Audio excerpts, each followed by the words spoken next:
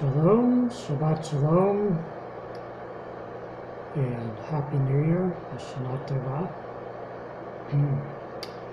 The second reading for Rosh HaShannah that we read on the second day of Rosh HaShannah is Bereshis, Genesis chapter 22, concerning the Akeidah, binding of Isaac.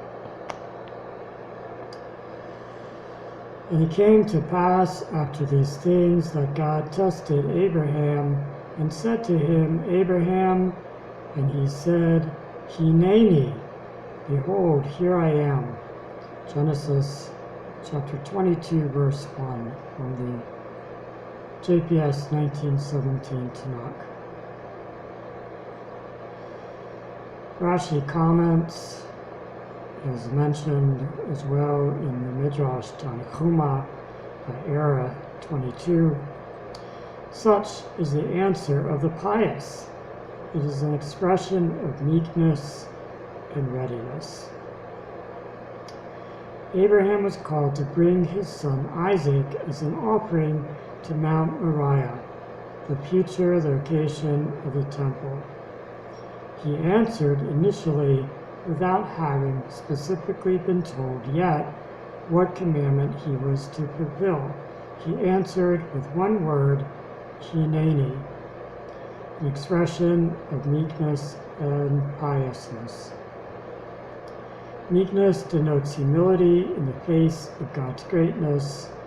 Readiness to serve Hashem connotes the ideal mindset of a righteous person.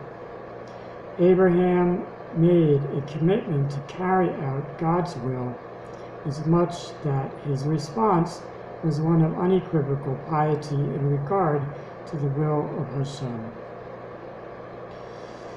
Therefore, it is an even greater accolade to his merit that upon hearing that he was to bring up Isaac as an offering, he did so without wavering. Consider the ramifications.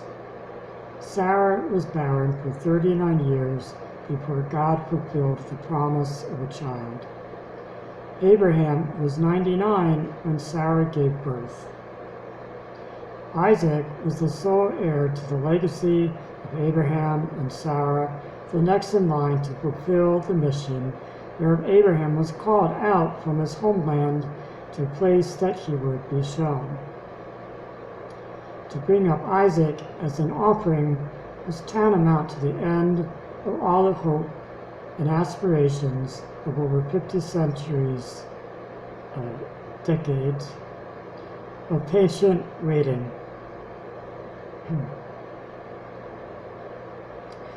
Yet, both father and son, Abraham and Isaac, went willingly up Mount Moriah. Isaac permitted himself to be bound to the Mizbeach. Yet when Abraham reached out for the Machalas, an angel stayed his hand, saying, Lay not thy hand upon the lad, neither do thou anything unto him.